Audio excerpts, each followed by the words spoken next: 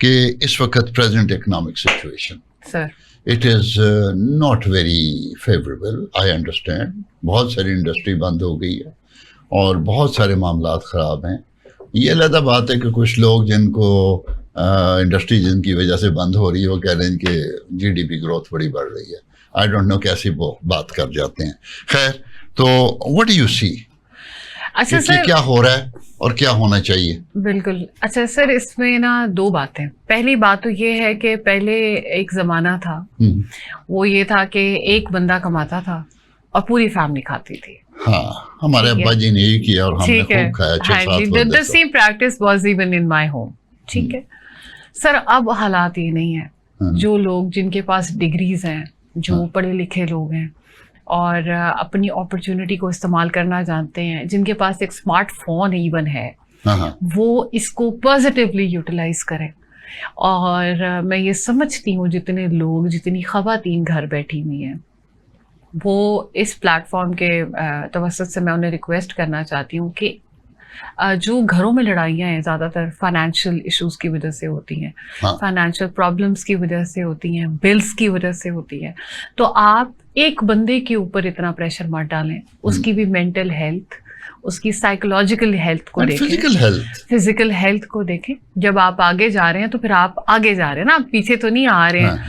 तो हम ये सारी चीज़ों, ये फैक्टर्स को नहीं कंसिडर करते।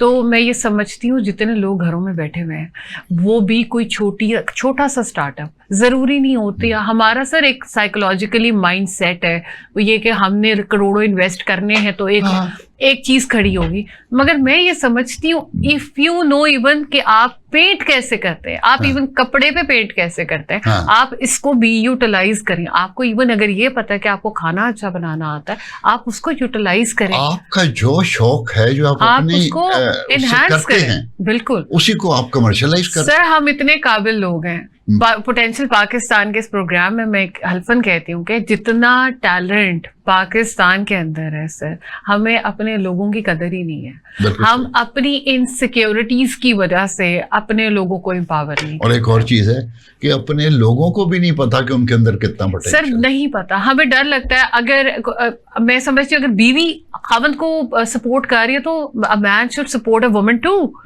और अगर एक ससुराल में लोग बैठे हुए तो कोई सास को अपनी बहू से इनसिक्योर होने की जरूरत नहीं है। सर, हम तो अभी भी उस फैमिली पॉलिटिक्स का हिस्सा है, उससे निकल ही नहीं रहे हैं। उन चीजों से ही नहीं निकल रहे हैं। मैं फिर इतनी सर काबिल लड़कियों को मैं देखती हूँ, वो अपनी डिग्रीज को बंद करके और घरों के अंदर बैठी हुई हैं और कोई फायदा नहीं है ऐसे बच्चों के। और डिग्रीज पूरी एमबीए करके घर में बैठी हैं और चेक कर रही हैं कि रोटी गोल बनी है। हाँ जी, वो हम अभी भी उस गोल रोटी के उस सांचे में रोटी गोल खाना 5 मिनट लेट हो गया, सास को चाय नहीं पहुंची। सर, सब करें, लेकिन ज़िंदगी के जो मामलात हैं, जो इकोनॉमिक कंडीशन है, इस मुल्क के अंदर हर बंदे को काम करना पड़ेगा। सर, जो काम नहीं करेगा, एक टाइम ऐसे आएगा घरों के मामलात सेटल नहीं होंगे। और इसमें कोई शर्मिंदगी की बात नहीं है कि अगर आप घर के काम कर सकते हैं तो आप अपनी प्रोडक्टिविटी, मेंटल हेल्थ को ज़हन में रख के अपनी चीज़ों को बेहतर करें। हमारी एक और चीज़ है सर, मेरा तो काम ही रोज़ का है, मैं तो स्टूडेंट्स के साथ मिलता रहता हूँ। एक तो ये है कि लोगों के माइंड सेट में ये ना ख्यालात, या जिसको कहते हैं आइडियाज़ की कमी है। दूसरा ये है कि बहुत सारी जगहों पे लोग कहते हैं ये शायद घटिया काम। सर, कोई काम भी घटिया नहीं होता। ये बताना हम तो उस नबी की उम्मत से हैं जो अपने कपड़ों को भी पैबंद लगाते, अपने जूते गांठ लेते थे। ठीक है, तो सर हमारा मयार क्या है?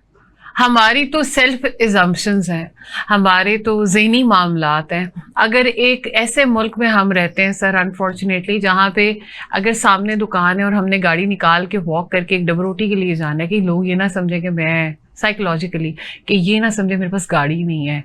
आप सोचो अगर वॉक करके आप जाएंगे, that is going to matter, आपकी हेल्थ बेटर होगी, आप एक एक्टिविटी में आ जाएंगे। लेकिन सर, हमारे सोशल स्टैंडर्ड्स बहुत हाई हैं और ये हमने खुद की है, किसी ने नहीं की है। बाहर ऐसे सोशल स्टैंडर्ड नहीं है। जब आप पाकिस्तान से क्रॉस करके बाहर जाते हैं, आप देखते हैं मेजॉरिटी लोग वॉक कर रहे होते हैं, बसेस पकड़े होते हैं, ट्रेन्स पकड़े होते हैं।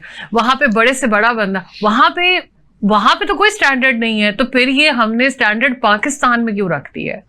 यहाँ पे Actually, क्यों ऐसे रखते वो हैं? यही है ना कि हम हर वक्त अपने एक ईगो या पता नहीं किस चीज में हाँ गुजर जी, रहते हैं। लेकिन और सर एक उसके- और बात बताऊं, जी सर। मैं कभी किसी गाड़ी अपनी ना लेके जाऊं ना यूनिवर्सिटी, किसी के साथ चला जाऊं, तो लोग देखते हैं ना कि दूसरी गाड़ी में आया, सर अपनी गाड़ी बेच दीजिए। भाई सीधा ही बेचने पे आ गए हो। आप कहो कि खैरियत है, आज गाड़ी ठीक थी, आप अपनी गाड़ी पे, दैट इज समथिंग एल्स। वो अजीब किस्म का सवाल करते हैं और उनके जहन में क्या चल रहा होता है। दूसरी चीज़, एक और चीज़ मैंने नोट की है, मैं जनरल काले रंग की गाड़ी रखता हूँ, तो पहले मैंने गाड़ी थी, मुझे पता ही नहीं होता कि ये गाड़ी अच्छी है ये बुरी है, ना मैं उनके साइजेस पे जाता हूँ।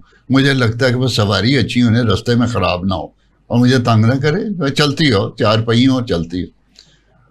वो एग्जैक्ट बताते हैं कि पिछली गाड़ी जो आपने बेची वो तो सस्ती थी, अब आपने नई ली है तो ये तो महंगी वाली ले ली है। और ये कौन बता रहा है मुझे, ये पूछ रहा है गार्ड।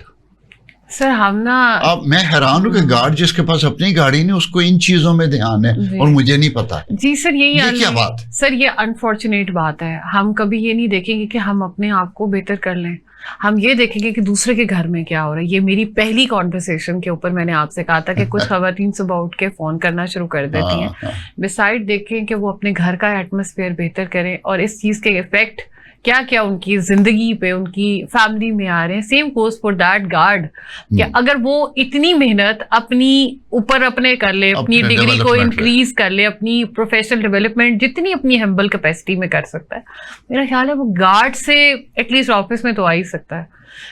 तो वही बात है और कि जो आने वाले वो आए भी हैं। जी सर, बिल्कुल सही। तो वो सर आप हमारी ना अलाइनमेंट नहीं चीजों की सीधी, दैट इज वेरी अनफॉर्चुनेट।